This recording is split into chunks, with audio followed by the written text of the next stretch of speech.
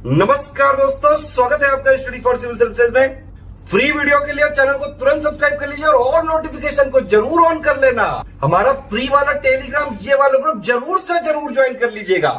दोस्तों, medieval Indian history के top 500 question की जो सीरीज हमने स्टार्ट की थी उसमें हम लगातार आगे बढ़ रहे हैं और आज भी उसी क्रम में ये अगला वीडियो है। और इस वीडियो में जो आगे के प्रश्न हैं उन्हें देखें इससे पहले कुछ इन्फॉर्मेशन हमारे कोर्सेज के बारे में, और इसमें से जो पेड ग्रुप है उससे अगर आप जुड़ना चाहते हैं तो ये जो 2 नंबर आपको दिख रहे हैं इस पर आप संपर्क कर सकते हैं। ये मोबाइल नंबर है, इस पर आप फोन करेंगे तो जितनी भी सूचनाएं आपको चाहिए वो मिल जाएंगी। अलग अलग प्रकार के प्रोग्राम चलते हैं इसमें, अलग अलग जो सिविल सेवा परीक्षाएं हैं उनके लिए संचालित किए जाने वाले कोर्स हैं। इसके अतिरिक्त UPSSC और EPFO के लिए भी इसे लॉन्च किया गया है। और इतने प्रकार के यहाँ आयोजन होते हैं, मतलब प्रीलिम्स के लिए, मेंस के लिए, जो वैकल्पिक विषय हैं उनके लिए अलग से पेड ग्रुप है। आंसर राइटिंग के इवैल्यूएशन का अलग प्रोग्राम चलता है, वो काफ़ी अच्छा है। वहाँ आप आंसर लिखकर सबमिट कीजिएगा तो आपको 24 घंटे के अंदर फीडबैक दिया जाता है, यानी प्रतिक्रिया मिलती है और आपको जानने का अवसर प्राप्त होता है कि आप में कमियाँ कहाँ हैं। इन सब के अलावा इन सब से अगर जुड़ने की इच्छा है तो इन फ़ोन नंबरों पे आप संपर्क कर सकते हैं। ये वाला जो फ्री का टेलीग्राम चैनल है इसको जरूर ज्वाइन करिए। स्टडी फॉर सिविल सर्विसेज के नाम से है, ये एकदम से निःशुल्क है, इसका कोई पैसा आपसे नहीं लिया जाता। और इस चैनल को बनाने का या इस चैनल को आप तक पहुंचाने का उद्देश्य ये है कि इसके माध्यम से आप सूचनाओं से हमेशा अपडेटेड रहें। नई नई सूचनाएं जो कि आपके लिए अत्यंत उपयोगी होती हैं, चाहे वो आयोग से जुड़ी हुई हों या चैनल से संबंधित जो सूचनाएं होती हैं, नोटिफिकेशन होते हैं, वो सब आप तक समय से पहुंचते रहेंगे। कभी कभी यूट्यूब पर ये सब मिलने में देर हो जाती है, तो इससे जुड़ जाइए। और इसके अलावा एक और है only UPPSC by study for civil services, आप उससे भी जुड़ सकते हैं। यूट्यूब पर जितने भी वीडियोस आप हमारे देखते हैं, जितने भी चैनल हैं और जितने भी वीडियोस आप हमारे देखते हैं, वह पूरी तरह से निःशुल्क होते हैं, भविष्य में भी रहेंगे और जो पास्ट टाइम था उसमें भी थे, वर्तमान में तो है ही है। तो ऐसी हमारी जब कमिटमेंट है तो आप उसका पूरा लाभ लीजिए। वीडियोज़ को बार बार देखिए, सुनिए और उससे नोट्स बनाइए। वीडियो अगर अच्छा लगता है तो लाइक करने में मत चूकिए, क्योंकि लाइक करने से एक तो हमारा प्रोत्साहन होगा और दूसरी चीज़ ये है कि हमें पता चल पाएगा कि आप में से कितने लोग उसे पसंद करते हैं और कितने नापसंद करते हैं। अगर आपको वीडियो अच्छा नहीं लगता है, उसमें कुछ कमियां मालूम होती हैं, तो आप कमेंट सेक्शन में जिक्र कर सकते हैं।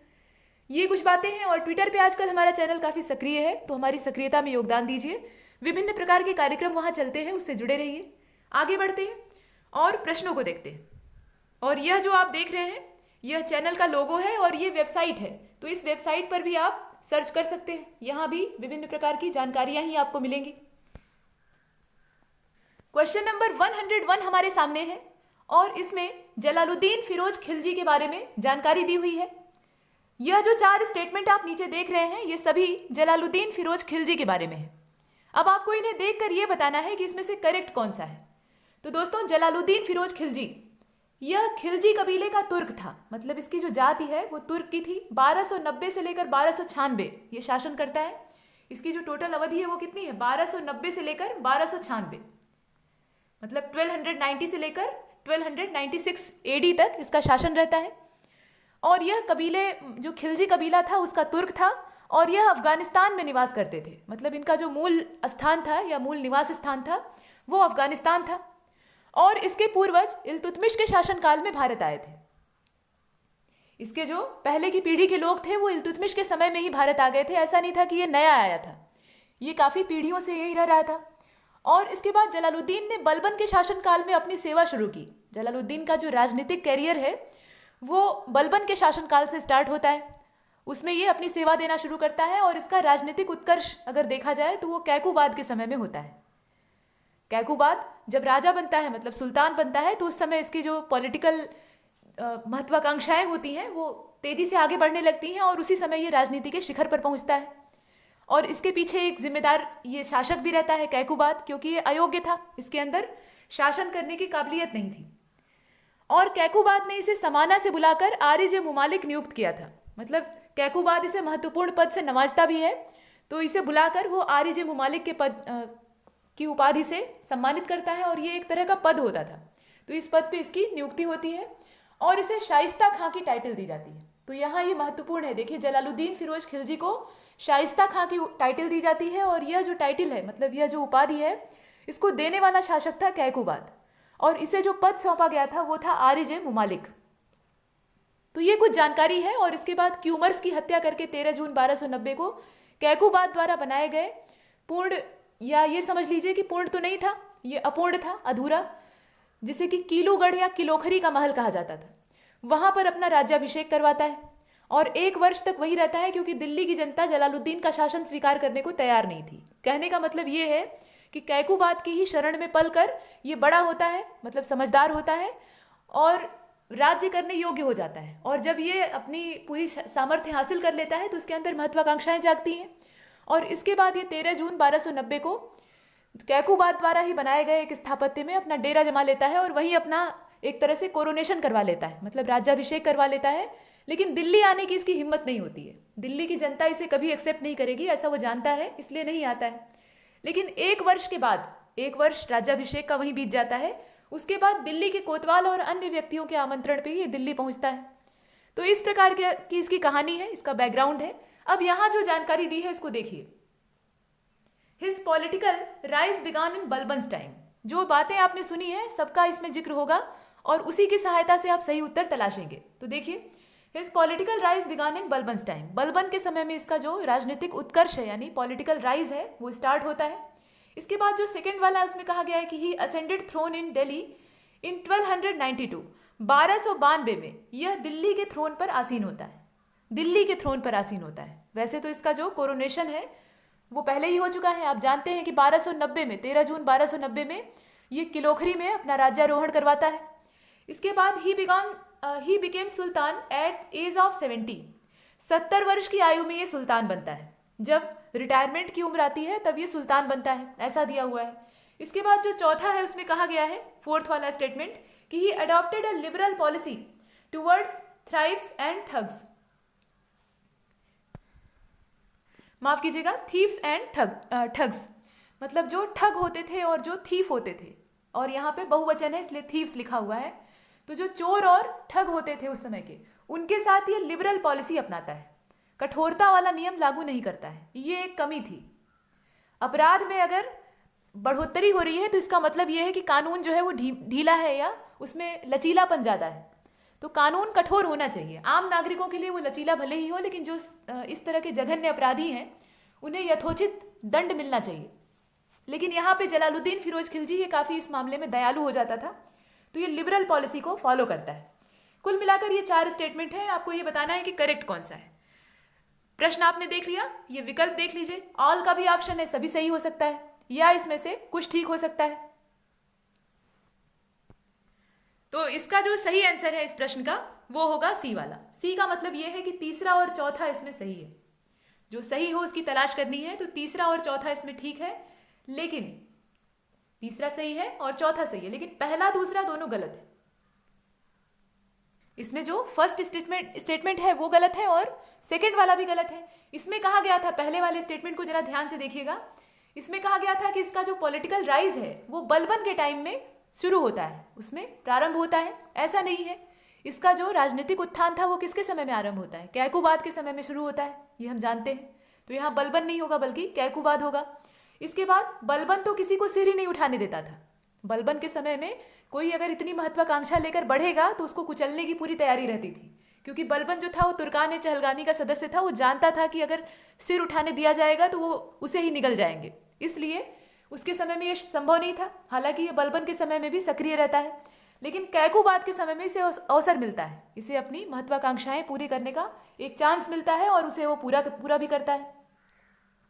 तो यहाँ बलबन नहीं होगा बल्कि कैकुबाद होगा। इसके बाद जो सेकंड वाला है उसमें कहा गया है कि ही असेंडेड थ्रोन इन दिल्ली इन 1292। 1292 में यह दिल्ली के सिंहासन पर बैठता है, तो ये गलत है। 1292 में यह दिल्ली के सिंहासन पर नहीं बैठता है।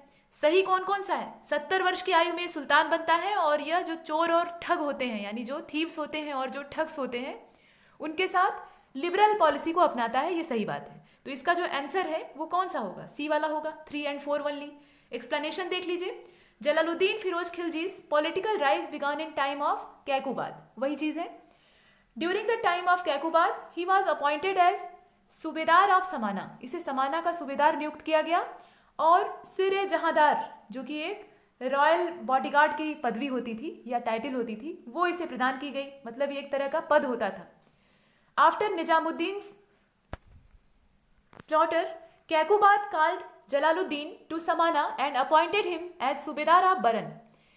यहाँ पर क्या होता है, यह इसे बुलाता है और उसके बाद अपॉइंट करता है बरन का सूबेदार, और उसके साथ साथ एक उपाधि देता है। यहाँ जो उपाधियाँ होती हैं, टाइटल होती है, वो महत्वपूर्ण होती है, आरिज मुमालिक। और ये सिर्फ उपाधि नहीं होती थी, मतलब ये दो तरह की चीज इसमें आती है। देखिए, ये जो आरिज मुमालिक है, ये टाइटल के तौर पे भी देखा जाता है और यह एक प्रकार की पोस्ट भी होती है। तो यहाँ पर पोस्ट की बात की जा रही है। आरिज मुमालिक होता क्या था, ये आर्मी मिनिस्टर होता था, मतलब ये जो सेना होती थी उसका प्रमुख होता था या उसका मंत्री होता था। And conferred the title of Shaista Khan, और यहाँ पे क्या होती है, उसे शाइस्ता खां की उपाधि दी जाती है। तो शाइस्ता खां की उपाधि कौन देता है, ये कैकुबाद देता है। कैकुबाद उसे आरिज मुमालिक के पद पे नियुक्त करता है और शाइस्ता खां की उपाधि से नवाजता है। ये हम यहाँ देखते हैं। इसके बाद जो सेकंड वाला पैरा है उसमें देखिए, Jalaluddin Firoz Khilji was enthroned in the place of Kilokhari.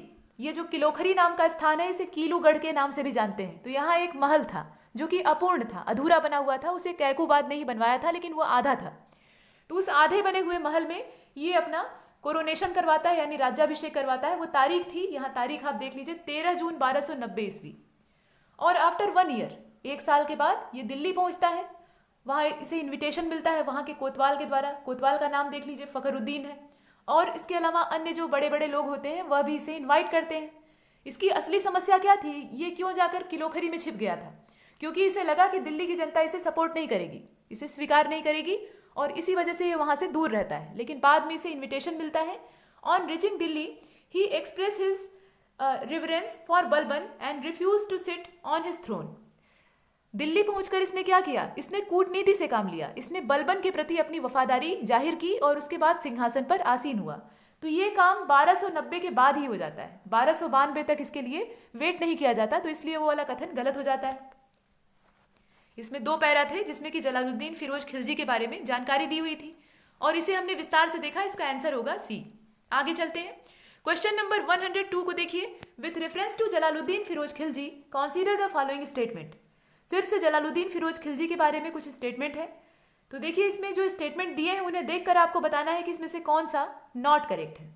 जो गलत हो उसकी तलाश आपको करनी है। तो देख लीजिए, पहला वाला जो है उसमें कहा गया है कि Malik Chhajju revolted against him in 1290 AD। 1290 ईस्वी में मलिक छज्जू ने इसके खिलाफ विद्रोह किया, ऐसा दिया है। इसके बाद जो सेकंड वाला है उसमें कहा गया है कि he was the first ruler who tried to satisfy his opponents. इसके बाद जो थर्ड वाला स्टेटमेंट है उसमें कहा गया है कि during his period Mongol invaded in 1292 AD under the leadership of Abdullah.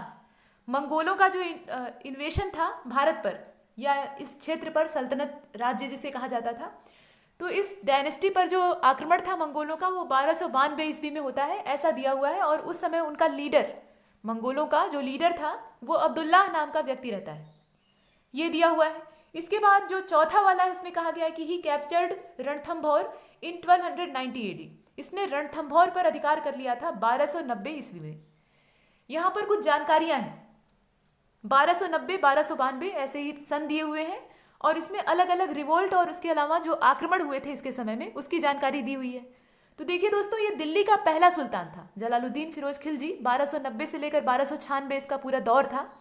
यह दिल्ली का पहला सुल्तान था जिसकी आंतरिक नीति, जिसकी जो इंटरनल पॉलिसी थी, वह दूसरों को प्रसन्न करने के सिद्धांत पर आधारित थी। ये दूसरों को खुश करता था। इससे पहले के जितने सुल्तान थे वो इस पर जरा भी ध्यान नहीं देते थे। वो हमेशा अपने नियम कायदे चलाते थे, उन्हें जैसे ठीक पड़ता था वैसे शासन करते थे। लेकिन ये काफ़ी उदारवादी था, और इसकी उदारवादिता ही से खा जाती है। ये उतना सफल नहीं हो पाता जितना कि अलाउद्दीन सफल होता है। आप देखेंगे आगे अलाउद्दीन खिलजी के बारे में, तो उसकी सफलता का राज क्या था। वह एक प्रशासक की भांति था।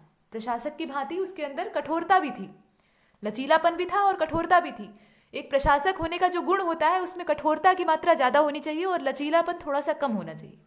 ज़्यादा अगर आप लचीले रहेंगे तो आप किसी भी क्षेत्र में प्रशासन में सही नहीं हो पाएंगे, चाहे वो राजा की भूमिका हो या किसी एडमिनिस्ट्रेटिव ऑफिसर की हो। तो वही चीज़ यहाँ जलालुद्दीन के साथ भी थी। इनकी समस्या यही थी, मतलब जलालुद्दीन फिरोज खिलजी की, कि ये बहुत ज़्यादा नरम थे। और यहाँ आप देख रहे हैं कि ये दूसरों को खुश करने में विश्वास करते थे। और जलालुद्दीन ने तुर्कों, गैर तुर्कों, इसके अलावा जो भारतीय मुसलमान थे, इन्हें शासन में सम्मिलित किया, ये बात तो ठीक है। और भारत में मुसलमानी राज्य को एक विस्तृत आधार प्रदान करने का प्रयास किया। इसने क्या किया, जो स्थानीय लोग थे उनको भी प्रायोरिटी दी। सिर्फ जो एक जनजाति या एक प्रजाति के लोग थे उन्हीं को यहाँ ध्यान नहीं दिया। आपने देखा कि बलबन जो था वो उच्च कुलीन होने का बड़ा दावा करता था और वो उच्च कुलीन लोगों को ही ज़्यादा महत्व देता था मुस्लिमों में, मतलब इस्लामिक परंपरा में। लेकिन यहाँ पर क्या होता है, ये जो जलालुद्दीन फिरोज खिलजी है ये हर वर्ग के लोगों को ध्यान देता है, उन्हें बराबर का दर्जा देता है, बराबर का स्थान देता है। तो ये कुछ बातें हैं। और इसी के समय में सत्ता संभालने के तुरंत बाद इलबारी सरदारों ने विद्रोह कर दिया था। इलबारी जो डायनेस्टी है, इलबारी जो जनजाति है, उसके बारे में आपने सुना था। तो यहाँ इलबारी सरदारों का विद्रोह हुआ और उनका लीडर था मलिक छज्जू। तो ये रिवोल्ट होता है और ये कब होता है, जब ये शासन संभालता है उसके जस्ट बाद में। लेकिन वहाँ पे क्या होता है, जलालुद्दीन फिरोज खिलजी ने उनका दमन करने की बजाय उन्हें माफ़ कर दिया। अब इतना बड़ा कलेजा किसी का नहीं होता है, मतलब राजा का तो कतई नहीं होता है। यहाँ पर ये क्या करता है, उसे माफ़ कर देता है। रिवोल्ट होती है लेकिन वो क्षमा कर देता है। इस प्रकार की परंपरा है। और साम्राज्य विस्तार में भी उसे विशेष सफलता नहीं मिलती है। ये चाहता है कि अपने राज्य को फैलाए लेकिन उसे सफलता नहीं मिलती है। हालांकि रणथंभौर वाला जो यहाँ आप देख रहे हैं तो ये सही है कि रणथंभौर पे ये जीत हासिल करता है। इसके बाद भिलसा वाला क्षेत्र भी जीतता है और देवगिरी पर आक्रमण करता है। हालांकि वहाँ पूरी तरह से इसे जीत नहीं मिलती है। तो इस प्रकार की कुछ महत्वपूर्ण विजयें प्राप्त तो होती हैं, लेकिन उसमें इतना बड़ा एरिया इसे नहीं मिल पाता जितना कि ये चाहता था साम्राज्य विस्तार के लिए। और मंगोल आक्रमणकारियों के साथ भी इसने संधि कर ली थी। ये जो मंगोल आक्रमण करते हैं ना, यहाँ आप देख रहे हैं ये वाला मंगोलों का जो आक्रमण होता है, तो इसमें ये संधि कर लेता है। हालांकि मंगोलों के साथ संधि करने में बुद्धिमानी है और इसने युवा सरदारों की आशा के विपरीत इलबारी सामंतों को अपदस्थ करने का प्रयास भी नहीं किया। और इसके समय में ईरानी फकीर सीदी मौला को हाथी के पैरों तले कुचलवा दिया गया था। सीदी मौला नाम के ये ईरानी फकीर थे, इन्हें हाथी के पैर के नीचे कुचलवा दिया गया था। इनका प्रकरण क्या था ये हम लोग आगे देखेंगे। तो ये कुछ चीज़ें हैं। जलालुद्दीन के अंदर कमजोरियां थीं, वो माफ़ पर माफ़ करता जा रहा था और ये क्षमा करने की जो उसकी प्रकृति थी ये उसके लिए घातक सिद्ध होती है।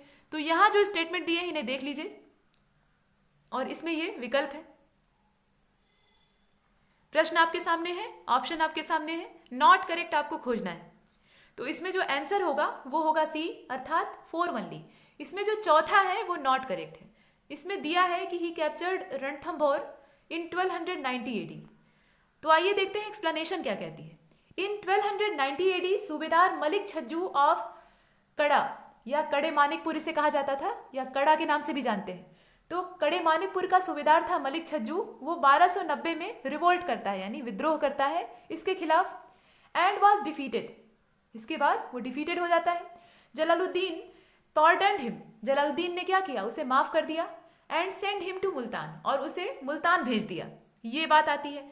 During his period the Mongol invaded under the leadership of Abdullah in 1292 and Mongols were defeated and to enter माफ कीजिएगा and the to entered into friendly treaty. यहाँ पे क्या होता है, मंगोलों की पराजय होती है ऐसा दिया हुआ है, लेकिन असल में वहाँ पे एक ट्रीटी हो जाती है यानी संधि हो जाती है। तो जलालुद्दीन फिरोज खिलजी ये मंगोलों के साथ संधि कर लेता है। तो मंगोलों का आक्रमण कब होता है, 1292 में होता है। तो आइए देखते हैं जरा प्रश्न में क्या कह रहा है प्रश्न। तो ये तो सही है कि मंगोलों का आक्रमण 1292 में होता है, ठीक बात है। आगे चलते हैं और देखते हैं इसमें क्या कहा गया है। He travelled with army in 1290 AD to take control of Ranthambore. The ruler of that time was Hamir देव। जिस समय इसने रणथंभौर पर आक्रमण किया उस समय वहाँ हमीर देव का शासन था। तो रणथंभौर पे ये कब्जा कर लेता है, उसे कैप्चर कर लेता है। इसके बाद आगे देख लीजिए, Jalaluddin seeing the fortified position of Ranthambore fort gave up his desire to win and return to Delhi. यहाँ पर क्या होता है, उसने क्या किया, अपनी जो डिजायर थी, अपनी जो इच्छा थी उसका परित्याग कर दिया और वो दिल्ली वापस आ गया। तो उसके अंदर छोड़ने की प्रवृत्ति बहुत ज़्यादा थी, वो हर चीज़ को छोड़ देता था कि चलो जाने दो। और ये जाने दो वाला जो शब्द होता है ये घातक होता है। तो यहाँ कुल मिलाकर ये सारी जानकारियाँ ठीक हैं, इसमें सिर्फ जो चौथा वाला है वो सही नहीं। तो आप कहिएगा कि ये चौथा वाला तो ठीक है, इसमें रणथंभौर को उसने कैप्चर किया था। तो देखिए, कैप्चर करने का मतलब दूसरा होता है। कैप्चर करने का मतलब ये होता है कि आप कब्जा जमा के वहाँ बैठ जाएं। लेकिन यहाँ इसने क्या किया, रणथंभौर पर जीत हासिल की, वहाँ के राजा को हराया, लेकिन बाद में किला छोड़कर वहाँ से हट गया, दिल्ली वापस आ गया। इसे वहाँ की जो दुर्गम परिस्थितियाँ थीं वो पसंद नहीं आई, वो हिम्मत छोड़ दिया कि यहाँ तो रहने लायक है ही नहीं है, और इसलिए वो किले को छोड़ देता है। तो यहाँ कैप्चर्ड शब्द लिखकर इसे गलत कर देता है और इसीलिए ये वाला सेंटेंस गलत है, बाकी सब सही है। तो इसलिए हमारा उत्तर क्या हो जाएगा, इसमें सी वाला हो जाएगा। आगे चलते हैं, क्वेश्चन नंबर 103 को देखिए। यहाँ सीदी मौला के बारे में जानकारी दी हुई है। Consider the following statements regarding Siddi Maula. इन्हें सिद्दी मौला या सीदी मौला के नाम से जाना जाता था। इनके बारे में स्टेटमेंट है, आपने अभी इनके बारे में जानकारी देखी है। He was a saint who came from Iran. यह एक संत थे जो कि ईरान से आए थे। तो आप जानते हैं कि यह एक ईरानी फकीर थे। इनकी जो इनके बारे में अगर जानकारी आप देखना चाहें तो ये एक ईरानी फकीर थे। He was settled in Delhi during rule of Iltutmish.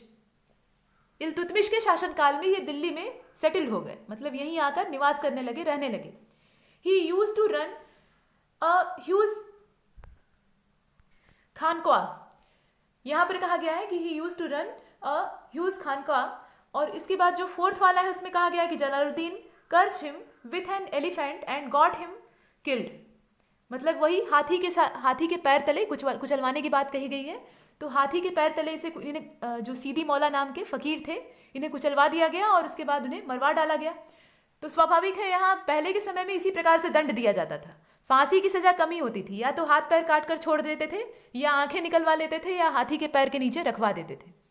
तो इस प्रकार की चीजें थी। अब ये 4 स्टेटमेंट आपके सामने है, नॉट करेक्ट जो हो उसको बताइएगा। तो देखिए, पहला तो ठीक है, पहला वाला जो है वो गलत नहीं है। इसके बाद जो चौथा वाला है वो भी सही दिखाई देता है। इसका मतलब ये है कि दूसरा और तीसरा इसमें से कोई एक गलत हो सकता है। तो इसमें जो उत्तर होगा वो होगा ए वाला, अर्थात 2 ओनली। केवल जो दूसरा है वो नॉट करेक्ट है। दूसरा है क्या, तो दूसरा ये है कि he was settled in Delhi during the rule of Iltutmish. Iltutmish के शासनकाल में ये दिल्ली में आकर रहने लगते हैं, सेटल हो जाते हैं। तो ये गलत दिया है। आइए देखते हैं सही जानकारी क्या है। Sidi Maula settled in Delhi during the reason of Balban. Balban के राजकाल में या बलबन के शासनकाल में ये दिल्ली में आकर रहते हैं। ही was a sant, he was a follower of Sheikh Fariduddin Ganj e Shakar. ये जो शेख फरीदुद्दीन गंज ए शकर हैं, इनके ये फॉलोअर थे, अर्थात अनुयायी थे। और ये क्या है, ये एक सूफी संत है और ये अजोधन के थे, मतलब अजोधन में इनका डेरा था। He run a huge khanqah in which thousands of hungry people ate food every day. और इन्होंने एक बड़ी खानकाह की स्थापना की थी जो कि एक तरह का लंगर चलाता था, और यहाँ रोज करीब हजारों की संख्या में जो भूखे लोग थे वो भोजन प्राप्त करते थे। तो इस प्रकार की परंपरा थी। ये उदारवादी विचारधारा को शो करता है। तो सूफी जो संप्रदाय होता था इस्लाम में वो ऐसा ही होता था, खुले विचारों का। तो यह भी उसी से संबंध रखते थे। सीदी मौला का संबंध सूफी संप्रदाय से था और ये मूल रूप से ईरानी थे, ईरानी फकीर थे। और ये दिल्ली में आकर सेटल कब होते हैं, बलबन के शासनकाल में। और वहां दिया है इल्तुतमिश, इसीलिए जो दूसरा वाला है वो गलत हो जाता है, बाकी सब सही है। आगे चलते हैं, क्वेश्चन नंबर 104 को देखिए। With reference to the Khilji dynasty. Khilji dynasty का अगर संदर्भ लिया जाए तो कॉन्सिडर द फॉलोइंग स्टेटमेंट। नीचे जो स्टेटमेंट है उस पर विचार करिए। अफगान्स वर कॉल्ड नवीन। और नवीन का मतलब क्या, न्यू। नवीन शब्द जो है ये नए का पर्यायवाची है, सिनोनिम्स है। तो यहाँ पर न्यू कह सकते हैं, न्यू मुस्लिम्स। तो अफगान जो थे वो न्यू मुस्लिम्स कहलाते थे। इसके बाद जो सेकेंड वाला है वो है he gives more importance to 1 hair of a Muslim than 10 such forts. Alauddin said. यहाँ पर अलाउद्दीन के द्वारा कहा गया एक वाक्य दिया है। अब अलाउद्दीन ने इसे कहा था या नहीं कहा था ये अलग बात है, वो आप पहचानेंगे क्योंकि अभी नॉट करेक्ट हमें खोजना है। इसमें कहा यह है कि ही गिव्स मोर इम्पॉर्टेंस, यानी ज़्यादा महत्व देता था, टू 1 हेयर ऑफ अ मुस्लिम, मुसलमान के एक बाल को, देन 10 सच फोर्ट्स, 10 किलो की तुलना में। यानी 10 किलो की तुलना में वो मुस्लिमों के एक बाल को ज़्यादा प्रायोरिटी देता था। ये कथन अलाउद्दीन के बारे में कहा गया है। अब इसके बाद यहाँ देखिए, इन 1292 AD यानी 1292 ईस्वी में Bhilsa was attacked by Alauddin and emerge victorious. यहाँ पर यह कहा गया है कि 1292 में भिल्सा पर अलाउद्दीन का अटैक होता है और उसे जीत लिया जाता है, उस पर विजय हासिल कर ली जाती है। इसके बाद दिया हुआ है कि 1292 ईस्वी में Jalaluddin Khilji conquered Mandor and annexed it to Delhi. यहाँ ये कहा गया है कि जो जलालुद्दीन खिलजी था उसने 1292 में जो मंदोर क्षेत्र था उसे कॉन्क्वेयर्ड किया और उसके बाद यहाँ दिल्ली के बारे में दिया हुआ है। तो ये पूरा सेंटेंस है। अब कुल मिलाकर 4 जो स्टेटमेंट है उन्हें देख लीजिए और बताइए इसमें से कौन सा नॉट करेक्ट होगा। अफगान जो है वो नए मुसलमान कहलाए। इसके बाद वह मुसलमान के एक बाल को 10 किलो की तुलना में ज़्यादा प्रायोरिटी देता था, ज़्यादा इंपॉर्टेंस देता था। ये अलाउद्दीन के बारे में कहा गया है। इसके बाद 1292 में भिलसा जो है उस पर अलाउद्दीन के द्वारा आक्रमण किया जाता है और उसे जीत लिया जाता है, उसे विजित कर लिया जाता है। इसके बाद जो 1292 का एक और दिया हुआ है सेंटेंस, उसमें कहा गया है कि जलालुद्दीन खिलजी ये मंदौर पे हमला करता है और उसे दिल्ली सल्तनत का हिस्सा बना लेता है, मतलब उस पर विजय हासिल कर लेता है। तो ये जानकारियां आप देख रहे हैं, नॉट करेक्ट इसमें से तलाशना है। ये विकल्प आपके सामने, विकल्प आप देख रहे हैं, और इसका जो सही आंसर है वो होगा बी, अर्थात 1 and 2 ओनली। 1 and 2 का मतलब ये हुआ कि इसमें पहला और दूसरा ये गलत है। स्टेटमेंट 1 और स्टेटमेंट 2 ये दोनों ही गलत है। तो गलत कैसे है इसमें देख लीजिए। पहला दिया है कि अफगान जो थे ये न्यू मुस्लिम्स कहलाए, और इसके बाद जो दूसरा है उसमें अलाउद्दीन के बारे में एक तथ्य कहा गया है। तो आइए देखते हैं एक्सप्लेनेशन क्या कहती है। इसमें जो आंसर है वो होगा बी, और हमें खोजना था नॉट करेक्ट। देखिए, उल्गू ग्रैंडसन ऑफ मंगोल रूलर हल्कू, यहाँ पर ये मंगोलों के नाम है, थोड़े से अलग अलग है। Came to attack again but decided to stay in India by accepting Islam with his 4000 followers. वह भारत पर आक्रमण करने के उद्देश्य से आया था, लेकिन भारत में वो आकर रहने लगता है, यहाँ रुकने का फैसला करता है, और इसने इस्लाम एक्सेप्ट कर लिया। इससे पहले ये इस्लाम का अनुयायी नहीं था, इसने इस्लाम को एक्सेप्ट किया, और अकेले नहीं एक्सेप्ट किया, इसके साथ इसके जो 4000 फॉलोअर्स थे वह भी इसके पीछे जाते हैं, यानी वह भी इस्लाम को स्वीकार करते हैं। Jalaluddin married his daughter to Ulghu. यहाँ पे क्या होता है, ये जो उलूग या उल्गू हैं, इन्हें उलूग कहा जाता है। तो यह जो है इनके साथ जलालुद्दीन अपनी पुत्री का विवाह कर देता है, अपनी पुत्री को इनके साथ उसकी शादी कर देता है, ऐसा होता है। इसके बाद these Mongols were later called Navin Muslim. और यही जो मंगोल थे, यह जानकारी हमें क्यों दी जा रही है, वो इसलिए दी जा रही है क्योंकि वहां पर अफगानों के बारे में कहा गया है। तो असल में अफगानों को न्यू मुस्लिम्स नहीं कहा जाता था। यह जो मंगोल थे ये बाद में इस्लाम को एक्सेप्ट करते हैं, और इसी वजह से इन्हें न्यू मुस्लिम कहा जाता है। तो यहाँ पर जो जानकारी दी थी वो अफगानों के बारे में नहीं, बल्कि जो मंगोल हैं उनके बारे में थी। The place is still famous as Mongolpuri. और वह जो स्थान है वह आज भी मंगोलपुरी के नाम से फेमस है। ही गिव्स एन, यहाँ देख लीजिए, he gives even more importance to 1 hair of a Muslim than 10 such forts. 10 kilo की तुलना में वह मुसलमान के एक बाल को अधिक महत्व देता है। ये जानकारी या यह जो तथ्य है ये किसके बारे में है, ये जलालुद्दीन के बारे में है। जलालुद्दीन फिरोज खिलजी के बारे में है, क्योंकि इतना ज़्यादा दयालु वही था। अलाउद्दीन खिलजी दयालु नहीं था, कुशल राजा भले ही हो, लेकिन दया की भावना उसमें नहीं थी। तो ये कुछ स्टेटमेंट है और कुछ उसके बारे में एक्सप्लेनेशन है। कुल मिलाकर इसका जो बी वाला है वो करेक्ट होगा, और बी वाले के करेक्ट होने का मतलब ये है कि स्टेटमेंट 1 और 2 ये दोनों जो है ये गलत है। अफगानों को नहीं बल्कि मंगोलों को नया मुस्लिम कहा जाता था। आगे देखते हैं क्वेश्चन नंबर 105 को देख लीजिए। With reference to Alauddin's Devagiri campaign consider the following statement. अब यहाँ पे क्या कहा गया है, देवगिरी का जो कैंपेन था अलाउद्दीन खिलजी का, उसके बारे में कुछ कथन दिए हुए हैं। आपको उस पर विचार करना है और बताना है कि इसमें से कौन सा करेक्ट है। तो देख लीजिए, Jalaluddin Khilji had given permission for the Devagiri campaign. यह जो देवगिरी का विजय अभियान था, मतलब देवगिरी पर चढ़ाई थी अलाउद्दीन के द्वारा, इसकी परमिशन जलालुद्दीन खिलजी ने दी थी, ऐसा दिया हुआ है। इसके बाद कहा गया है कि अटैक्ड, यानी अलाउद्दीन के बारे में कहा जा रहा है कि उसने अटैक किया यानी आक्रमण किया देवगिरी पर 1296 में। 1296 में ये देवगिरी पर आक्रमण करता है।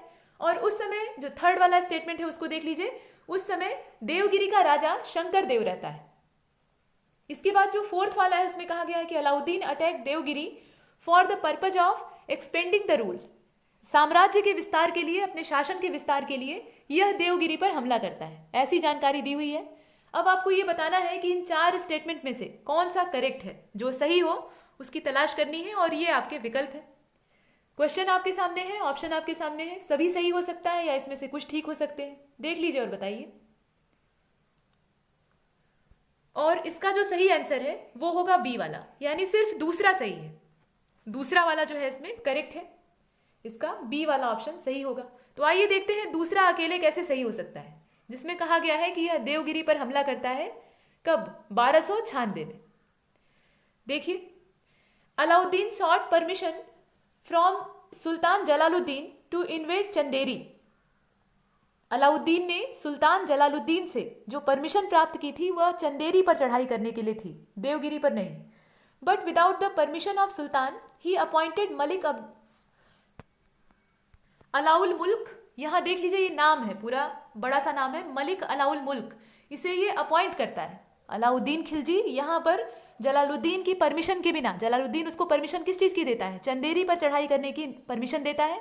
लेकिन यहाँ उसकी महत्वाकांक्षा काफ़ी ज़्यादा होती है और वो मलिक अलाउल मुल्क को अपना रिप्रेजेंटेटिव या प्रतिनिधि नियुक्त करता है। और कहाँ पे? कड़े में। और उसके बाद देवगिरी पर पहुँचता है।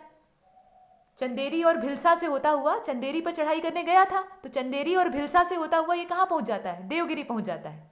और सीइंग द आर्मी, यहाँ देख लीजिए, जो उसकी सेना थी उसको देखकर, seeing the army the ruler Ramchandra Dev surrendered and made a treaty. यहाँ पर क्या होता है? जो देवगिरी के राजा रहते हैं उनका नाम है रामचंद्र देव। तो यह जो रामचंद्र देव है यह उसकी आर्मी को देखते हैं और समझ जाते हैं कि अगर इनसे हम भिड़े तो मेरे राज्य का नुकसान होगा, और ऐसे में वह संधि कर लेते हैं, वह एक ट्रीटी कर लेते हैं। बट हिज सन शंकर देव, लेकिन यहाँ पर क्या समस्या होती है? इनका जो बेटा था शंकर देव, रामचंद्र देव का जो पुत्र था वो शंकर देव था, went against the treaty and attacked Alauddin and was defeated. वह अपने पिता के मर्जी के खिलाफ इस संधि का विरोध करता है और अलाउद्दीन पर हमला बोल देता है, और परिणाम वही होता है जिसका राजा को डर रहता है, मतलब ये पराजित हो जाता है। इस प्रकार से इनकी पराजय होती है। तो ये जानकारी है देवगिरी का जो इनका कैंपेन था उसके बारे में, और यह कैंपेन जलालुद्दीन की परमिशन से नहीं था, ये अपनी मर्जी से ये करता है। और देख लीजिए, the purpose of Alauddin's invasion of Devagiri was to loot money from there. वह यहाँ से पैसा लूटना चाहता था, साम्राज्य के विस्तार का यहाँ कोई उसका पर्पज नहीं था। मतलब अलाउद्दीन खिलजी का देवगिरी पर हमला करने का उद्देश्य क्या था? यहाँ से धन संपदा लूटना, जिसकी चर्चा उसने सुन रखी थी और उसका लालच इसे यहाँ खींच लाता है। Not to expand the rule, यहाँ पर ये अपना शासन स्थापित नहीं करना चाहता है। He return from there with immense wealth, और यहाँ से ये अकूत संपदा लेकर वापस आया था। उसे जब वो चंदेरी पर आक्रमण करने के लिए जाता है उसी समय उसे मालूम हो जाता है कि देवगिरी काफ़ी संपन्न राज्य है, और इसी लालच में वो वहाँ हमला बुलवा देता है, और परिणाम वही होता है। पहले तो राजा संधि करते हैं, तो संधि करने पर उतनी संपदा हासिल नहीं होती, वहाँ पर समझौता हो जाता, लेकिन उनका बेटा जो है वो बेवकूफ़ी कर देता है, वो हमला कर देता है, राज्य को भी नुकसान होता है और लूटपाट भी होती है, और लूट कर ये लुटेरों की तरह वहाँ से संपदा ले जाता है। तो ये कुछ जानकारी है। तो इस प्रकार की इसमें सूचना है, और इसी आधार पे हमने बी वाले को सेलेक्ट किया है। नॉट, इसमें जो करेक्ट है उसको खोजना था। तो करेक्ट कौन सा है? केवल दूसरा, जिसमें कि कहा गया है कि उसने देवगिरी पर हमला किया था, बाकी सब गलत है। जैसे कि कह दिया गया है कि देवगिरी का रूलर उस समय शंकर देव था, तो शंकर देव उस समय रूलर नहीं था, उस समय राजा कौन था? रामचंद्र देव था। आगे चलते हैं, क्वेश्चन नंबर 106 को देखिए। Consider the following statement. अब यहाँ पर 4 कथन आपके सामने हैं, इन्हें देखकर आपको ये बताना है कि कौन सा नॉट करेक्ट है। तो Balban was the first ruler to conquer South India. दक्षिण भारत पर हमला करने वाला या वहाँ पर विजय अभियान चलाने वाला बलबन पहला राजा था, या बलबन पहला सुल्तान था। इसके बाद जलालुद्दीन वाज एसिसनेटेड बाई अलाउद्दीन खिलजी। जलालुद्दीन जो है वो एसिसनेट किया गया किसके द्वारा? अलाउद्दीन खिलजी के द्वारा। इसके बाद जो थर्ड वाला है उसमें कहा गया है कि कुतुबुद्दीन अलवी आमिर खुसरो, या अमीर खुसरो इन्हें कहा जाता था। तो कुतुबुद्दीन अलवी और अमीर खुसरो ये दोनों जो थे was patronised by Jalaluddin Khilji, ऐसा दिया हुआ है। ये 2 नाम हैं, 2 अलग अलग नाम हैं, एक तो कुतुबुद्दीन अलवी है, दूसरे अमीर खुसरो है। इसके बाद जो फोर्थ वाला है उसको देखिए। Tarikh e Firoz Shahi is the only authentic book of detail information about the reason of Jalaluddin Khilji. Jalaluddin Khilji के शासनकाल की विस्तृत जानकारी देने वाली तारीख ए फिरोज शाही एकमात्र ऑथेंटिक किताब है, यानी विश्वसनीय पुस्तक है। ये 4 स्टेटमेंट है, नॉट करेक्ट आपको खोजना है। तो विकल्प भी देख लीजिए, ये देखिए, ये विकल्प है, ये ऑप्शंस है, सभी इसमें नॉट करेक्ट हो सकते हैं, या इसमें से कुछ ही गलत हो सकते हैं। जो गलत हो उसकी तलाश करिए, और इसका जो सही आंसर है वो होगा ए वाला, यानी 1 ओनली। नॉट करेक्ट कौन सा है? सिर्फ पहला वाला। और पहला वाला है कौन सा? तो दिया हुआ है कि बलबन जो था वो दक्षिण भारत पर हमला करने वाला या वहां पर अपना अभियान चलाने वाला पहला शासक था। ये प्रथम बार ऐसा करता है, इस तरह की जानकारी दी है, ये गलत है, बाकी सब सही है। तो आइए देखते हैं। The first ruler to conquer South India was Alauddin Khilji. Alauddin Khilji पहला शासक था जिसने कि साउथ इंडिया पर हमला किया। Jalaluddin was assassinated in July 1296 AD by Alauddin Khilji. यहाँ पर जलालुद्दीन की हत्या कर दी जाती है किसके द्वारा? अलाउद्दीन खिलजी के द्वारा। 17 जुलाई 1296, ये तारीख कौन सी है? 17 जुलाई 1296 है। तो इसमें ये जलालुद्दीन की हत्या करता है और उसके बाद राजा बनता है। अलाउद्दीन खिलजी ने दिल्ली स्थित बलबन के लाल महल में अपना कोरोनेशन करवाया था, यानी राज्याभिषेक करवाया था। तो ये जो तारीख है ये 20 नहीं है बल्कि यहाँ पर 17 होगा। यहाँ थोड़ी सी मिस्टेक है, 17 जुलाई 1296 यहाँ होना चाहिए और सब सही है। तारीख-ए-फिरोजशाही is the only authentic book of detailed information about the reign of Jalaluddin Khilji. It was composed by बर्नी। यह जियाउद्दीन बर्नी के द्वारा लिखी गई किताब है तारीख-ए-फिरोजशाही, और इसमें हमें किसकी जानकारी प्राप्त होती है? इसमें हमें जानकारी प्राप्त होती है जलालुद्दीन खिलजी के बारे में। तो आपने देखा कि तबकात-ए-नासिरी और तारीख-ए-फिरोजशाही दोनों में गहरा कनेक्शन था, उसे हम पीछे देख चुके हैं। तो ये पूरी जानकारी थी और इसके आधार पे हमने ए वाले को चुना है, यानी सिर्फ इसमें पहला वाला गलत है। आगे चलते हैं। क्वेश्चन नंबर 107 को देखिए। Which of the following title was held by Alauddin? Alauddin के द्वारा इनमें से कौन सी टाइटल यानी कौन सी उपाधि को धारण किया गया था? तो देख लीजिए, अबुल मुजफ्फर ये टाइटल है, लंबी सी है, इसको ध्यान से देखिएगा। अबुल मुजफ्फर सुल्तान अल-दुनिया व दीन मोहम्मद शाह खिलजी, ये लंबा सा नाम है और ये टाइटल थी अलाउद्दीन की, ऐसा कहा जा रहा है। अब इसमें से कौन सी है ये पहचानना होगा आपको। तो अबुल मुजफ्फर सुल्तान अल-दुनिया व दीन मोहम्मद शाह खिलजी। इसके बाद जो सेकंड वाला है उसमें कहा गया है कि यामिनी उल खिलाफत नासिरी अमीर मुमिनीन नायब ऑफ द खलीफा। ये खलीफा का नायब, इस प्रकार की पदवी थी और इसका पूरा लंबा सा जो इस्लामिक भाषा में नाम है वो है यामिनी उल खिलाफत नासिरी अमीर मुमिनीन, और इसी को हम लोग कहते थे शॉर्टकट में नायब ऑफ खलीफा। अब इसके बाद अगला जो है वो है सुल्तान की उपाधि, और फोर्थ वाला जो है, मतलब थर्ड वाला आपने देखा, फोर्थ वाला जो है उसमें अलेक्जेंडर द्वितीय की उपाधि दी हुई है, अर्थात सेकंड अलेक्जेंडर। तो ये 4 कुल मिलाकर टाइटल है। आपको ये पहचानना है कि इसमें से कौन सी अलाउद्दीन के द्वारा धारण की गई थी। ये विकल्प है और ये प्रश्न है। इसका जो सही आंसर है वो होगा डी, इसमें जितने हैं सभी। तो आइए देखते हैं एक्सप्लेनेशन।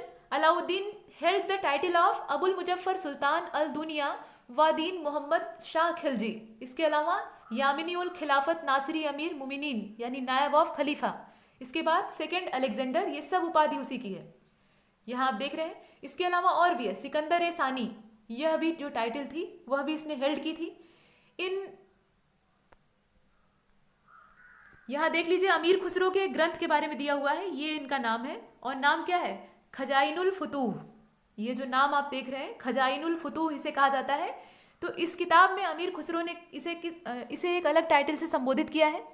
तो इस किताब में अमीर खुसरो ने अलाउद्दीन को विश्व का सुल्तान, इसके अलावा यहाँ आप देख लीजिए सुल्तान ऑफ द वर्ल्ड, इसके अलावा sultan of the rulers of the earth, यानी जो पृथ्वी पर सुल्तान हैं, जितने भी शासक हैं उन सबका राजा, इस तौर पे संबोधित किया है। इसके अलावा युग का विजेता, कॉन्क्वेरर ऑफ इरा यानी युग का विजेता, और जनता का चरवाहा, इन उपाधियों से इन्हें संबोधित किया है या विभूषित किया है। तो अलग अलग टाइटल हैं जिसमें से कि ये खुद कुछ धारण करता है और कुछ इसे दूसरों के द्वारा दी जाती है। तो कौन कौन सी उपाधियां हैं यहाँ पे देख लीजिए।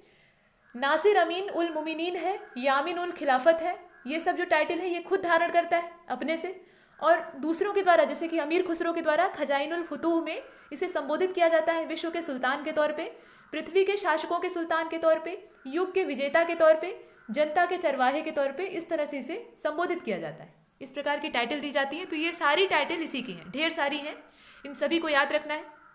क्वेश्चन नंबर 108 देख लीजिए, 108वें नंबर का question. Consider the following statement regarding Alauddin Khilji. Alauddin Khilji को ध्यान में रखते हुए कुछ स्टेटमेंट है, उन्हें आप यहाँ देखिए। ही was the son of Jalaluddin Khilji, वह जलालुद्दीन खिलजी का पुत्र था, यहाँ ऐसा दिया हुआ है। इसके बाद कहा गया है कि his original name was Salim, इसका जो वास्तविक नाम था वो सलीम था। 2 सफेद झूठ आपको दिखाई दिए। अब तीसरा देखिए। On 19 July 1296 AD he declared himself sultan. कहा गया है कि 19 जुलाई 1296 ईस्वी को इसने खुद को सुल्तान घोषित किया। 19 जुलाई 1296 ईस्वी को इसने खुद को सुल्तान घोषित किया। ऐसा दिया है। इसके बाद जो चौथा वाला है उसमें कहा गया है कि his son's name was Almas Beg, इसके पुत्र का नाम अल्मास बेग था। ये 4 स्टेटमेंट हैं जो करेक्ट हो उसकी तलाश आपको करनी है। तो देखिए पहला वाला गलत है, दूसरा वाला भी गलत है। कैसे गलत है? तो अलाउद्दीन खिलजी का मूल नाम सलीम नहीं था, अली गुरशास्प था। इसे आप जानते भी हैं, इसका जो ओरिजिनल नाम था वो अली गुरशास्प था। और यह जलालुद्दीन के भाई शिहाबुद्दीन मसूद खिलजी, इसके पिता का नाम क्या था? शिहाबुद्दीन मसूद खिलजी था, उसका ये बेटा था। कहने का मतलब यह है कि ये जलालुद्दीन का भतीजा था। इस प्रकार से है। और मलिक छज्जू के विद्रोह का दमन करने के बाद अलाउद्दीन को कड़े मानिकपुर का सूबेदार बनाया गया। इसके बारे में कुछ इन्फॉर्मेशन है। पहली चीज तो इसका जो मूल नाम था वो अली गुरशास्प था। दूसरी चीज ये जलालुद्दीन का भतीजा था, ना कि बेटा, मतलब उसके भाई का बेटा था, और भाई का नाम था शिहाबुद्दीन मसूद खिलजी। ये है। और जब इसे सफलता मिलती है, मलिक छज्जू के खिलाफ जो विद्रोह का दमन करने के लिए जाता है उसमें सफलता मिलती है, तो इसे कड़े मानिकपुर का सूबेदार बना दिया जाता है। और 1292 में भिलसा अभियान में सफलता के बाद इसे आरिज मुमालिक के पद पे, अवध के सूबेदार के पद पे नियुक्ति दी जाती है। कहने का मतलब ये है कि इसे एक के बाद एक उपलब्धियां मिलती हैं। 1292 में ये भिलसा अभियान के बाद जब सफल होता है तो आरिज मुमालिक के पद पे आसीन होता है। और अलाउद्दीन के द्वारा द्वितीय देवगिरी के अभियान में अपार संपत्ति प्राप्त की गई। देवगिरी पर यह दूसरी चढ़ाई थी। पहली वाली कौन सी थी आप बताइएगा? देवगिरी का जो ये अभियान था ये द्वितीय था। इससे पहले कब हुआ था और किसके समय में हुआ था और इसका परिणाम क्या था, ये आपको पता होना चाहिए। इसके बाद यहाँ पर देखिए, चाचा का तख्ता पलटने का मंसूबा इसका यहीं से तैयार होता है। ढेर सारी जो दौलत है इसे प्राप्त होती है। यहाँ आप जानते हैं कि जलालुद्दीन की मर्जी के खिलाफ ये हमला बोलता है देवगिरी पर, और वहाँ से ढेर सारी संपत्ति लूट कर ले आता है, और इससे इसकी जो महत्वाकांक्षाएं हैं वो बहुत ज़्यादा प्रबल हो जाती हैं। और नतीजा ये निकलता है कि 17 जुलाई 1296 को ये जलालुद्दीन की हत्या कर देता है और खुद राजा बन जाता है। इस प्रकार से यहाँ पर दिखाई देता है। तो ये कुछ जानकारियां हैं। कुल मिलाकर पहला और दूसरा तो गलत है और हमें सही खोजना है। तो इसमें ए और बी और उसके अलावा डी, ये सभी एलिमिनेट हो जाते हैं। कैसे एलिमिनेट होंगे? देखिए, पहला और दूसरा गलत है। अगर पहला दूसरा गलत है तो 2 जहां भी होगा और 1 जहां भी होगा, वो वाला जो विकल्प है वो हमारा नहीं होगा।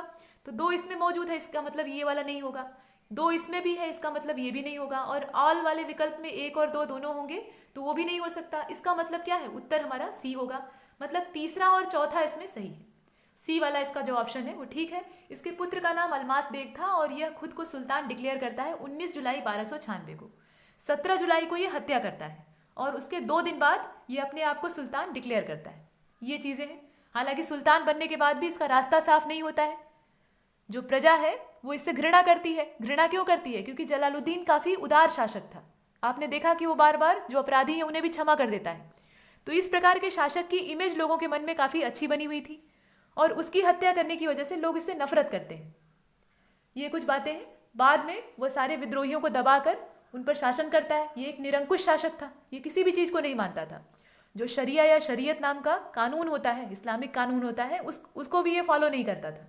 आगे आप उसको भी देखिएगा। तो ये कुल मिलाकर है और इसका सी वाला सही है, मतलब आंसर इसका सी होगा। आगे चलते हैं। यहाँ वही जानकारियाँ दी हुई हैं, देख लीजिए। अलाउद्दीन का जो ओरिजिनल नाम था वो क्या था? अली गुरशास्प था और इसके पुत्र का नाम अल्मास बेग था और इसे उलूग खां की टाइटल प्राप्त थी। तो उलूग खां की टाइटल जो है वो बहुत लोग, मतलब एक से ज़्यादा रूलर इसमें धारण करते हैं, तो उसमें सावधानी बरतने की आवश्यकता है। अल्मास बेग और उलूग खां ये दोनों एक दूसरे से जुड़े हुए हैं, यहाँ याद रखिएगा। और ये देख लीजिए, अलाउद्दीन के बारे में जानकारी जो दी है वही है जो हमने पीछे देखा कि यह जलालुद्दीन खिलजी के भाई का पुत्र था, यानी इसका भतीजा था। ये हमने देखा। क्वेश्चन नंबर 109 को देखिए। With reference to Tughlaq dynasty. अब यहाँ से तुगलक वंश का आरंभ होता है। हालांकि अभी जो खिलजी वाला प्रकरण है वो खत्म नहीं हुआ है, आगे भी चलता रहेगा। जैसे कि अलाउद्दीन का राजत्व का सिद्धांत, इसका जो अपना एक सिद्धांत था राज्य चलाने का, उसमें आप देखिएगा कि यह निरंकुश शासक के रूप में अपनी भूमिका निभाता है और अलग अलग प्रकार के मनमाने नियम लागू करता है। हालांकि वो बेवकूफ़ी भरे निर्णय नहीं होते हैं। और उस समय उसके दरबार में या उसके राज्य क्षेत्र में जो काजी रहते हैं उनका नाम मौलाना मुगीस रहता है। तो यह मौलाना मुगीस से कहता है, क्योंकि जो मुगीस है इसे बार बार कहते हैं कि इसे शरिया के नियमों पर चलना चाहिए, शरीयत का पालन करना चाहिए, जो कि इस्लामिक कानून है। लेकिन यह उनसे कहता है कि मौलाना मुगीस, मैं नहीं जानता कि शरअ के अनुसार क्या उचित है और क्या अनुचित, मतलब जो शरिया नाम का कानून है, कानून की पुस्तक है, उसमें क्या अनुचित है और क्या उचित है, उससे मुझे कुछ लेना देना नहीं है, मैं नहीं जानता। मैं राज्य के लिए जो कुछ आवश्यक समझता हूँ उसका आदेश दे देता हूँ। तो इस प्रकार से ये जो ठीक समझता था वही ऑर्डर देता था। कानून की किताब में क्या लिखा है उससे उसका कोई संबंध नहीं था। ये हम देखते हैं। अब यहाँ जो दिया हुआ है ये तुगलक डायनेस्टी के बारे में है, और इसमें कहा गया है कि तुगलक डायनेस्टी का यानी तुगलक राजवंश का जो संस्थापक था वो गयासुद्दीन मोहम्मद तुगलक था। ये पहली जानकारी है। इसके बाद जो दूसरा वाला है उसमें कहा गया है कि it was shortest reasoning dynasty, मतलब सबसे कम समय तक शासन करने वाला जो राजवंश था वो तुगलक डायनेस्टी थी। ये गलत है। ऑफ दिल्ली सल्तनत पीरियड, मतलब दिल्ली सल्तनत काल में सबसे कम समय तक शासन करने वाली डायनेस्टी कौन थी? यहाँ दिया है कि तुगलक थी, तो ये गलत हो जाता है। इसके बाद there was a total 12 rulers in this dynasty, यानी इस राजवंश में कुल मिलाकर 12 रूलर्स हुए, यानी 12 शासक हुए। अब आपको देखकर बताना है कि इन तीनों में से कौन सा करेक्ट है। तो दूसरा वाला तो इनकरेक्ट है, और दूसरा अगर इनकरेक्ट है तो दो विकल्प आपके पहले ही एलिमिनेट हो जाते हैं। ये वाला क्योंकि इसमें दो मौजूद है, और ऑल वाला। अब बचता है या तो सी सही हो सकता है या फिर ए सही हो सकता है। देख लीजिए, पहला वाला और तीसरा वाला, दोनों में से कोई एक ही ठीक होगा, और इसका जो आंसर है वो होगा ए वाला। ए वाला यानी पहला वाला, पहला इसमें सही है। इसे आप देख लीजिए। बाकी दोनों क्या है? गलत है। कैसे गलत है आइए एक्सप्लेनेशन देखते हैं। तो देखिए, there was a total 8 ruler in Tughlaq dynasty. यहाँ पर रूलर्स की संख्या कितनी दी है? 12 दी है। तो नहीं, कुल मिलाकर 8 यहाँ पर शासक हुए हैं तुगलक डायनेस्टी में। और देख लीजिए, these rulers rule for 94 years from 1320 AD to 1414 AD। ये इनका पूरा दौर था, यानी कुल मिलाकर 94 वर्ष तक ये शासन करते हैं। The rulers of Tughlaq dynasty rule for the longest time. वहां दिया है कि शॉर्टेस्ट, तो उसका ये उलट है, विपरीत है। तुगलक डायनेस्टी सबसे ज्यादा समय तक शासन करती है, 94 साल दिल्ली सल्तनत में। और Nasiruddin Mahmud was the last ruler of Tughlaq dynasty. ये जो नासिरुद्दीन महमूद है ये तुगलक डायनेस्टी का सबसे अंतिम शासक होता है, सबसे लास्ट रूलर होता है। और कुल मिलाकर कितने रूलर हुए हैं? तो 8 ही हुए हैं। टोटल 8 रूलर हुए हैं, और इनका शासन काफी अच्छा खासा है, मतलब 94 साल तक। तो इसमें आंसर हमारा ए होगा, यानी सिर्फ पहला सही है। इसका संस्थापक कौन था? गयासुद्दीन तुगलक था। आगे चलते हैं। क्वेश्चन नंबर 110 को देखिए। With reference to the original, माफ कीजिएगा, with reference to the origin of Tughlaqs consider the following statement. जो तुगलक डायनेस्टी थी या तुगलक्स थे, उनके ओरिजिन के बारे में यहाँ स्टेटमेंट दिए हुए हैं। आपको देखकर बताना है कि इसका जो चारों स्टेटमेंट हैं इनमें से कौन सा करेक्ट है। तो फर्स्ट वाला देखिए, Tughlaq was the racial name rather than sultan's personal name. यह जातीय नाम था, यह सुल्तान के व्यक्तिगत नाम की तुलना में एक जातीय नाम था, जो कि तुगलक के रूप में हम यहाँ देख रहे हैं। इसके बाद जो दूसरा वाला है उसमें कहा गया है कि Tughlaqs belong to the Qarauna dynasty. यहां देख लीजिए, ये जो सेकेंड वाला स्टेटमेंट है, इनका संबंध किससे था? करोना डायनेस्टी से था। Settling in the intermediate mountainous region of Turkistan and Sindh. जिनका सेटलमेंट या जिनका निवास स्थान कहाँ पर था? जो माउंटेनियस रीजन था तुर्किस्तान का और सिंध का, उस प्रांत में ये रहने वाले थे। वहीं से इनका संबंध माना जाता है, मतलब उससे ये संबंध रखते थे। तुगलक के बारे में कहा जा रहा है, तुगलकों के बारे में। इसके बाद कहा गया कि Marco Polo considered them to be mix race. Marco Polo जो कि एक यात्री था, यह इन्हें मिक्स रेस का मानता था, यानी मिश्रित प्रजाति का मानता था। उसका ये कहना था कि ये कोई शुद्ध एक जाति या प्रजाति नहीं है, बल्कि ये मिक्स है। इसके बाद जो फोर्थ वाला है उसमें कहा गया है कि तुगलक्स इन तारीख रशीदी नाम का जो ग्रंथ है उसमें इन्हें चगताई मंगोल के नाम से संबोधित किया गया है। तुगलकों को चगताई मंगोल के नाम से संबोधित किया गया है तारीख रशीदी नाम की किताब में, ऐसा दिया हुआ है। ये 4 स्टेटमेंट हैं जो कि तुगलकों के बारे में दिए हुए हैं, उनके ओरिजिन से जुड़े हुए ये कथन है। तो आपके पास इसकी जानकारी होनी चाहिए। ये जो 4 स्टेटमेंट है इसको देखकर बताना है कि करेक्ट कौन सा है, जो सही हो उसकी तलाश करनी है। और ये आपके विकल्प है। ऑल वाला ऑप्शन है, यानी सभी सही हो सकता है, या इसमें से कुछ ही ठीक हो सकता है।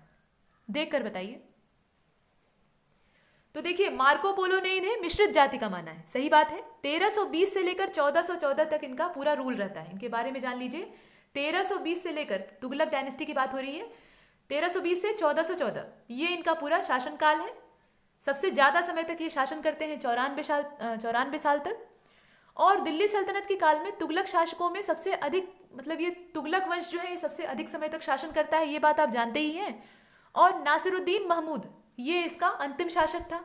और मिर्जा हैदर ने तारीख ए रशीदी में, देखिए तारीख ए रशीदी नाम की जो ये किताब आप देख रहे हैं ये किसके द्वारा लिखी गई है, इसको लिखने वाले ऑथर हैं मिर्जा हैदर। तो मिर्जा हैदर ने इसमें तुगलकों को चगताई मंगोल कहा है, ये सही बात है। मिर्जा हैदर ने इसमें तुगलकों को चगताई मंगोल कहा है, ये ठीक बात है। और मार्को पोलो ने इन्हें मिक्स रेस का बताया है, यानी मिश्रित जाति का बताया है। और फरिश्ता जो कि एक लेखक था, इसके अनुसार गयासुद्दीन का पिता यानी गयासुद्दीन तुगलक का पिता मलिक तुगलक बलबन का एक तुर्क दास था। और इसकी माता स्थानीय जाट परिवार की स्त्री थी, मतलब वो हिंदू थी। और इसके पिता जो थे वो बलबन के एक तुर्क दास थे। तो इस प्रकार से इनका मिश्रित प्रजाति के रूप में विकास हुआ है। यहाँ पे फरिश्ता का ये कथन है।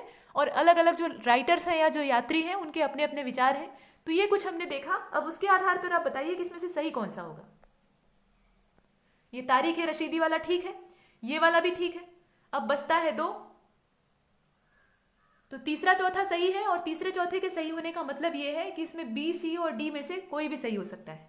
तो इसका जो आंसर है वो होगा बी वाला, यानी दूसरा, तीसरा और चौथा तीनों ही ठीक है। दूसरा स्टेटमेंट भी ठीक है। दूसरे वाले स्टेटमेंट में क्या कहा है कि तुगलकों का संबंध करोना डायनेस्टी से था, जो कि जो तुर्किस्तान और सिंध वाला प्रांत है वहाँ के माउंटेनियस रीजन में यानी पहाड़ी क्षेत्र में निवास करती थी। लेकिन पहला वाला गलत है, जिसमें कहा गया है कि ये एक रेशियल नेम है रेदर देन सुल्तान पर्सनल नेम। ये वाला जो स्टेटमेंट है ये रॉन्ग है। आइए एक्सप्लेनेशन देखते हैं। इसका आंसर जो है वो बी वाला होगा।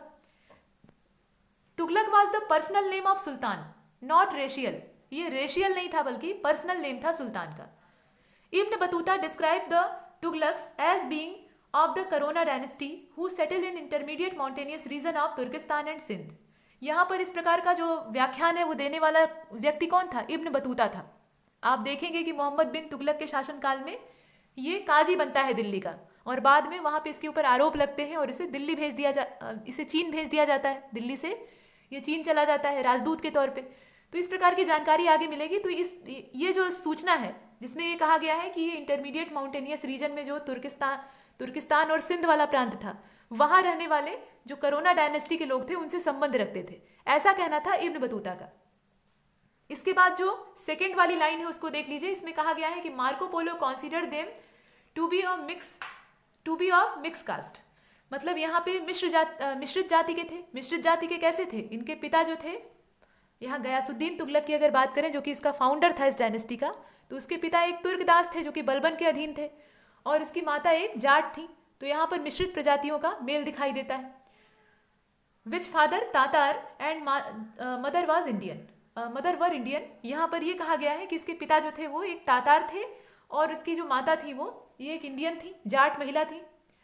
और ये देख लीजिए तारीख ए रशीदी के बारे में जो जानकारी दी है, इसमें कहा गया है कि ये चगताई मंगोल थे। मिर्जा हैदर के द्वारा इसको लिखा गया है। तो राइटर का नाम याद रखिएगा, और इसमें किस डायनेस्टी के बारे में जानकारी मिलती है, किस किताब से, ये जानना आवश्यक है। इसका आंसर बी होगा। बी का मतलब ये है कि सिर्फ पहला स्टेटमेंट इसमें गलत है, बाकी दूसरा, तीसरा और चौथा ठीक है। आगे चलते हैं। क्वेश्चन नंबर 111 को देखिए। With reference to Ghiyasuddin Tughlaq consider the following statement. Ghiyasuddin Tughlaq को रेफरेंस में रखकर यहाँ पर हमें स्टेटमेंट को कंसीडर करना है।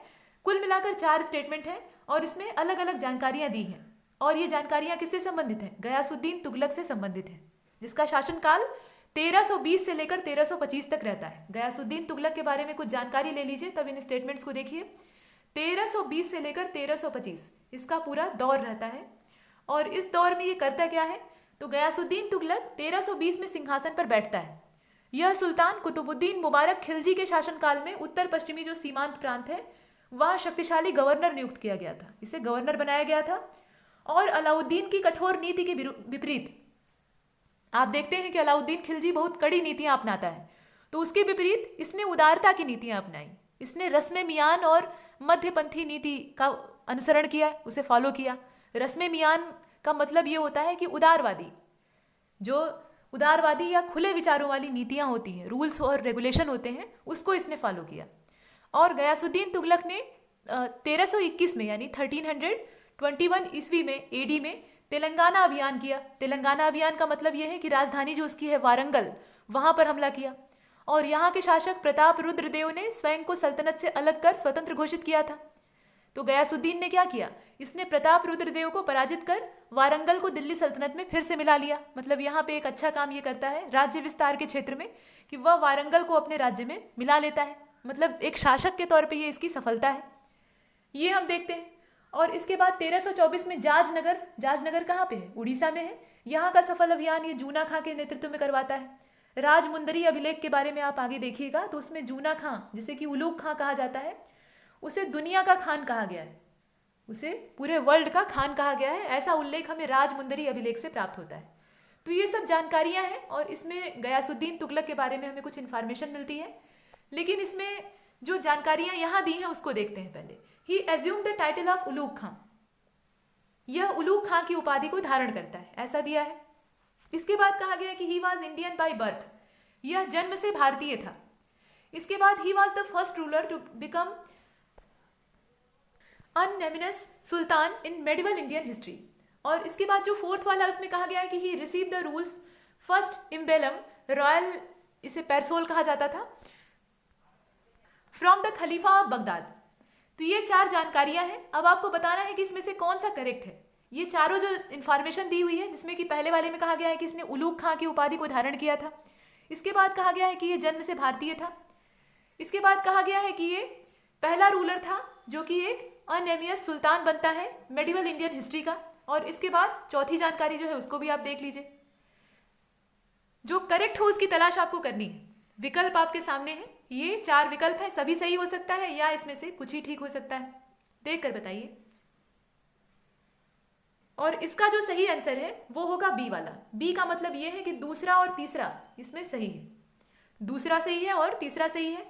मतलब ये वाला और, माफ कीजिएगा, ये वाला और ये वाला सही है, बाकी पहला और चौथा गलत है। तो आइए देखते हैं एक्सप्लेनेशन क्या कहती है। Ghiyasuddin Tughlaq was the first ruler of Delhi to hold the title of Ghazi. Ghazi की टाइटल धारण करने वाला ये दिल्ली का पहला रूलर था। आफ्टर एज्यूमिंग द थ्रोन मतलब सिंहासन पर आसीन होने के बाद 1320 ईस्वी में he assume the title of Ghiyasuddin Tughlaq Shah. जब ये दिल्ली के सिंहासन पर आसीन होता है 1320 में ये राजा बनता है, सुल्तान बनता है, तब ये गयासुद्दीन तुगलक शाह की उपाधि को धारण करता है। उससे पहले इसकी जो टाइटल है वो गाजी की रहती है। He was the Indian by birth, his mother was Jat women from Punjab and father was a Turkish slave of Balban. वही चीज है, इसके पिता जो थे वो एक तुर्की गुलाम थे बलबन के और इसकी माता जो थी वो एक जाट थी। He got the first emblem of ruler from Khokhar chief Gulchandra. यहाँ पर जो इम्बेलम देने वाला रूलर था वो कौन था, मतलब यहाँ पे रूलर की इम्बेलम देने वाला कौन था, ये खोखर चीफ था जिसका नाम था गुलचंद्र। और वहां दिया है कि वो बगदाद के खलीफा थे। तो ये जानकारी गलत है। इसमें जो सही है वो कौन कौन सा है, दूसरा और तीसरा। आगे चलते हैं। तो 111 का जो आंसर है वो बी वाला था, दूसरा और तीसरा। कैसे था ये हमने देख लिया। और इसी के साथ यह जो वीडियो है यही समाप्त होता है। क्वेश्चन नंबर 112 से आगे की वीडियो में डिस्कस करेंगे। इसमें इतना ही और तब तक के लिए नमस्कार।